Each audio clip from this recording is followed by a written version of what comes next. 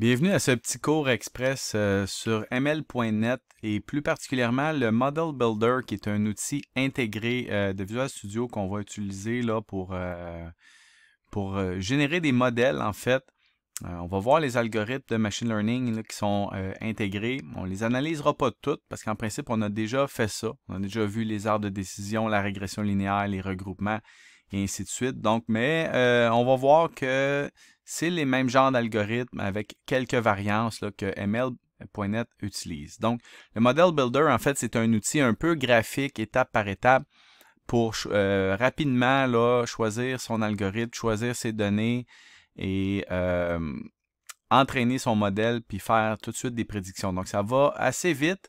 Donc, ce qu'on va tenter de faire aujourd'hui, en fait, comme premier algorithme, c'est une analyse de sentiments. En fait, on va avoir une base de données qui contient des commentaires de restaurants et aussi un booléen à savoir si les gens ont aimé le restaurant ou pas. Donc, puis on va essayer d'entraîner un modèle à partir de ça, puis voir si on est capable de prédire après ça des futurs commentaires en ayant juste le commentaire, savoir si c'est positif ou pas.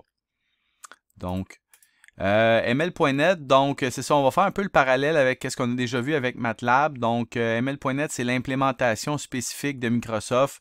C'est pas la meilleure, ok? Donc, c'est pas nécessairement la meilleure. Donc, il y a plusieurs plateformes de machine learning là, pour faire ce genre d'affaires-là. Bref. Mon cours est un peu inspiré en fait d'une série de tutoriels qu'on trouve sur .net.microsoft.com, mais c'est des vieux vidéos qui datent d'à peu près 3 ans. La plupart de ces vidéos-là, ça fonctionne plus comme ça. Là. Ça a beaucoup évolué depuis 3 ans. Là. Donc leurs vidéos sont pas très très à jour. Bref. Donc, allons-y. En fait, d'abord à vérifier si votre Visual Studio est bien à jour.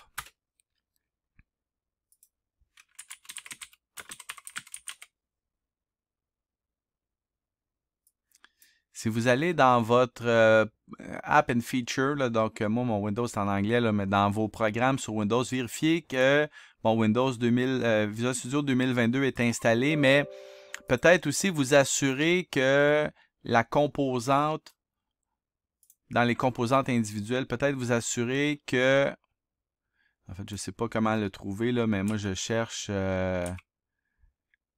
ML.net Model Builder. Donc, en principe, si vous avez fait un full install de Visual Studio 2022, en principe, vous allez l'avoir. Mais sinon, il faut l'installer. Donc, on ne peut pas utiliser JetBrains Riders pour cet exercice-là, puisqu'ils n'ont pas le Model Builder. Donc, c'est un truc propre à Visual Studio.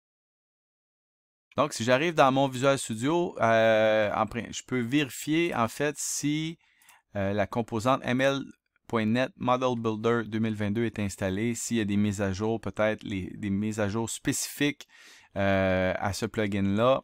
Peut-être les faire. Si moi, j'ai la 16.13.9, donc qui est assez, en principe, qui est la dernière. On va démarrer en se créant un nouveau projet. On va prendre une application console bien de base pour l'instant. Donc, on va utiliser le .NET 6 qui est la version LTS actuelle. Donc, Create. Donc, on va avoir gracieuseté, un beau main, un beau fichier script sans toute la poutine habituelle. Il y en a qui aiment, il y en a qui n'aiment pas. Bref, ici, on va laisser ça comme ça pour l'instant. On va cliquer sur le projet et ajouter un modèle de machine learning. Donc, c'est assez intuitif, là, donc ça se fait assez bien. Et là, ça va créer un fichier mbconfig pour Model Builder. Vous pouvez le nommer, moi, en général, j'appelle ça modèle. On garde ça simple. En moins que vous ayez 2 modèles dans le même programme, là, donc ce qui peut potentiellement arriver, là, mais ici, on va en avoir juste un. Donc, le modèle. Donc, ça va ouvrir, en fait, un wizard, ok, étape par étape, où on va passer à travers cette étape ici pour créer notre modèle, pour entraîner notre modèle et aussi évaluer la qualité et l'exactitude de ce modèle-là. Donc, si jamais vous fermez cette fenêtre-là par erreur, on peut toujours double-cliquer sur le mbconfig pour la réouvrir, ok? Donc,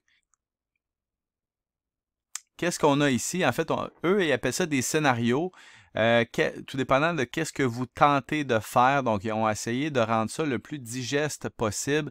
Et ça fait depuis 3 ans, là, les noms des scénarios n'arrêtent pas de changer. Là. Data classification, en fait, c'est dès qu'on veut procéder à une classification binaire ou plus que deux prédictions possibles. Là. Donc ici, par exemple, si on tente de prédire si un commentaire est positif ou négatif, c'est exactement ce qu'on veut faire. Donc, ce scénario-là ici, si on a des données tabulaires, donc, puis on veut tenter de catégoriser, donc, pas nécessairement mettre un chiffre, donc, peut-être ça peut être un booléen, donc ici, il y aurait 2 états, mais peut-être qu'on pourrait tenter de prédire le risque d'assurer une personne, donc un risque, on pourrait avoir 3 niveaux, faible, moyen, modéré.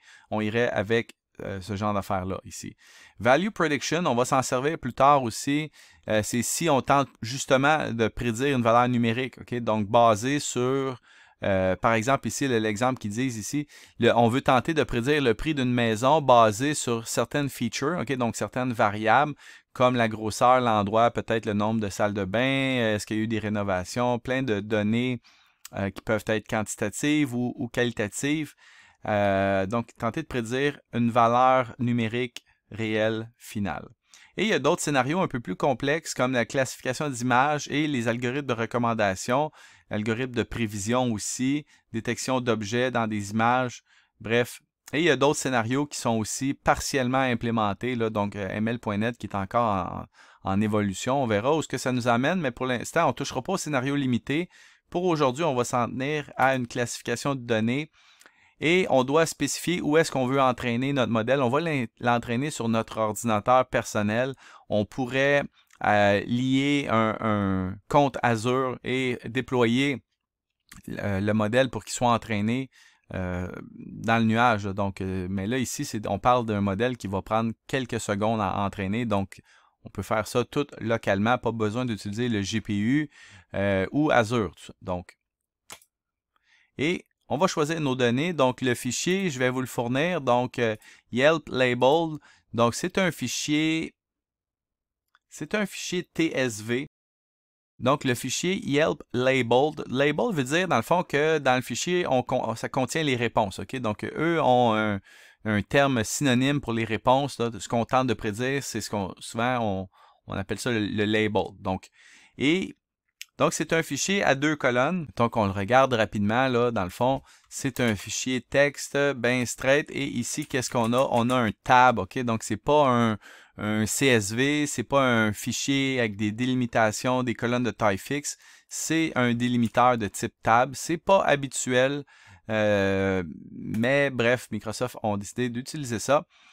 Et là, ici, on doit définir ce qu'on tente de prédire. Est-ce qu'on veut prédire la colonne 0, le commentaire, ou on veut plutôt prédire le label, donc 1 ou 0 ici en l'occurrence, à savoir si c'est un commentaire positif.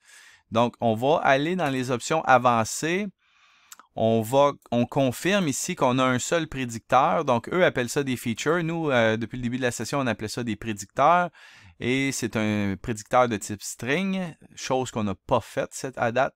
Et c'est pas un category call. Un category call, je vous rappelle que c'est plus si les valeurs reviennent souvent, donc un genre de type enum, ce serait plutôt l'équivalent d'un category call. La réponse ici serait c'est le label. Donc, et on peut décider de le faire en booléen. Et oui, c'est un category call puisqu'on peut énumérer la liste des valeurs discrètes possibles. Donc, je sauvegarde. Et il n'y a rien de plus à faire à cette étape-ci. On fait suivant et on dit combien de temps qu'on veut entraîner le modèle. 10 secondes va être suffisant puisqu'on parle de 200 lignes de texte à analyser, donc c'est pas énorme. On démarre l'entraînement et dans le output, assurez-vous d'avoir coché Model Machine Learning ici, là, sinon vous ne verrez pas le résultat, mais on peut voir ici un peu le verbose de tous les algorithmes des algorithmes de machine learning qu'ils utilisent. Là, donc, on voit ici qu'il a expérimenté avec un algorithme qui s'appelle SDCA Maximum Entropy Multi. Grosso modo, c'est une régression linéaire, donc potentiellement multiple, mais ici, c'est une régression linéaire simple. Là, et il tente de faire un peu comme on a fait dans certains exercices, c'est-à-dire de maximiser l'entropie. En fait, c'est maximiser le gain qu'on veut. Et ici, on peut deviner, Fast Tree, on peut deviner que c'est un algorithme à base d'arbres de décision. Des fois, on voit, parce que dans la banque d'algorithmes de ML.net, il y en a beaucoup. Okay? Il y a des variantes d'arbres de décision, il y a des forêts de décision, une forêt étant plusieurs arbres. Je vous apprends rien là-dessus. SDCA, c'est toujours des régressions linéaires. Donc, bref, il y a plusieurs variantes. Ces algorithmes-là ne sont pas très, très documentés. Okay? Si vous cherchez sur Google à propos de ces algorithmes-là, il n'y a pas grand-chose. Okay? Donc, ce n'est pas des trucs qu'on retrouve dans la littérature de machine learning. C'est dans le coffre à outils de ML.net. Et quand on décide d'utiliser ML.net, on veut un petit peu aussi ignorer comment ça se passe sous le capot. Contrairement à ce qu'on faisait en MATLAB, où ce qu'on voulait vraiment comprendre en détail, mais là, c'est plutôt le contraire. On se ferme les yeux et le programme nous dit, ici, suite à l'entraînement, ils ont trouvé un modèle avec une exactitude de 80% ici. Donc, c'est le meilleur, c'est LBFGS Logistic Regression Binary, donc qui est un algorithme, en fait, c'est une régression, mais optimisée pour prédire des données binaires, ce qui est notre cas. Ils ont essayé 9 modèles en tout. On n'a pas les détails ici. Ah oui, on les a les détails si on va un petit peu plus loin. On voit les 9 algorithmes qui ont été essayés et évidemment, il prend celui qui a l'exactitude la plus élevée, tout simplement. Donc, faisons-lui confiance. Next step. Et là, il nous demande si on veut essayer notre modèle. The crust is not good. Predict. Ça donne une prédiction de 90% que ça serait un commentaire négatif. Donc là, ça, c'est un commentaire qui provient du fichier. Donc, évidemment, puisque le modèle a été entraîné à partir de ces données-là, on peut s'attendre à ce que si je réutilise des phrases qui proviennent du fichier, que ça donne des bons résultats. C'est pour ça que c'est une bonne pratique de partitionner, de sacrifier 20% de nos données. On entraîne à partir de 80% des données, puis on prédit à partir du 20%. Mais mettons, je vais improviser un commentaire. This is the last time I go to this restaurant. I hated the service and my meal. Très négatif, on s'entend. Qu'est-ce que ça donne? Ça dit, bon, tu vois, c'est pas très bon. Ça prédit que c'est un commentaire positif à 60%, à 63%. Mettons que je dis « I hated the service ». On va garder ça simple, là. Tu as 66% de détection que ça serait un commentaire négatif. I hate, donc, I loved it serait positif à 88%. Est-ce qu'il va être capable de détecter une connotation un peu négative, doublement négative?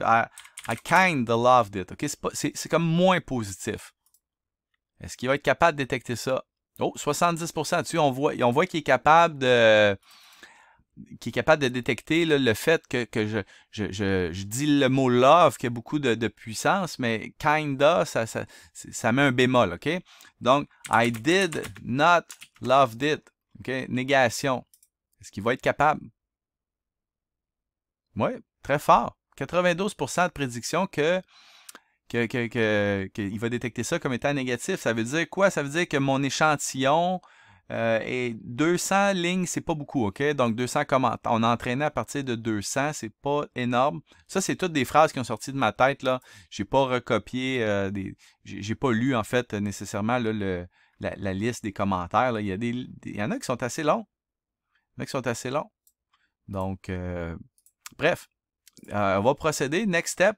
Donc, il faut consommer le modèle. Donc, deux façons de consommer le modèle, soit en créant un nouveau projet. Là, on a déjà un projet de créer. Donc, on va tout simplement copier un exemple de code et on va intégrer ça dans notre projet. On aurait pu créer un nouveau projet console ou créer un nouveau Web API pour pouvoir desservir des décisions par le web, donc qu'on pourrait consommer potentiellement dans un autre front-end, donc dans une app mobile ou peu importe. Allons-y avec simplement un copier-coller du snippet de code et on va venir mettre ça ici, dans le fond, parce que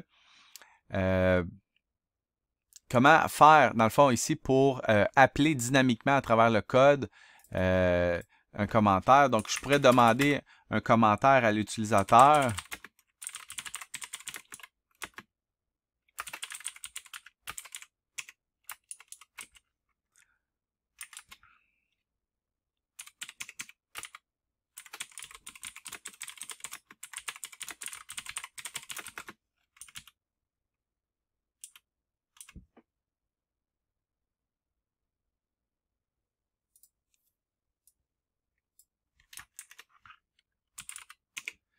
Donc, j'obtiens une valeur de l'utilisateur et je construis mon objet de type Model Input. En fait, c'est un objet ici, pas trop compliqué, là, un objet de type Model Input.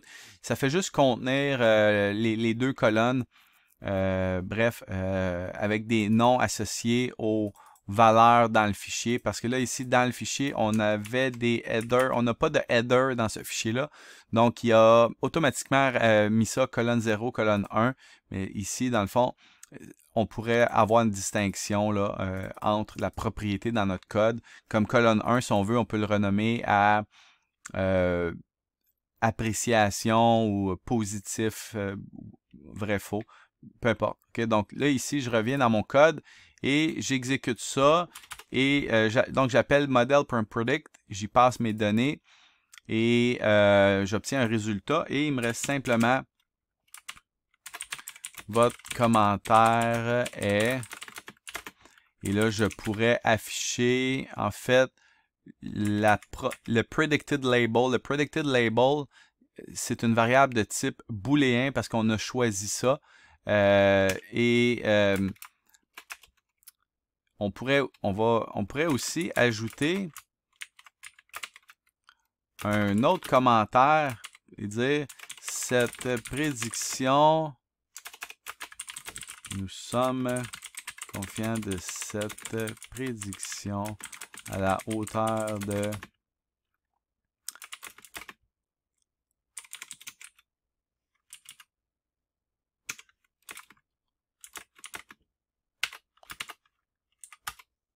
on va exécuter ça.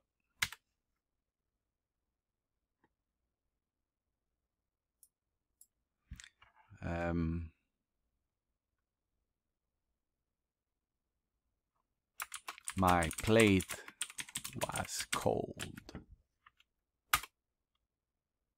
Votre commentaire est false. Nous sommes confiants de cette prédiction à la hauteur de 23%. Donc, je pense que j'ai fait quelque chose de pas correct au niveau de la probabilité. En fait, c'est la probabilité que ce soit true.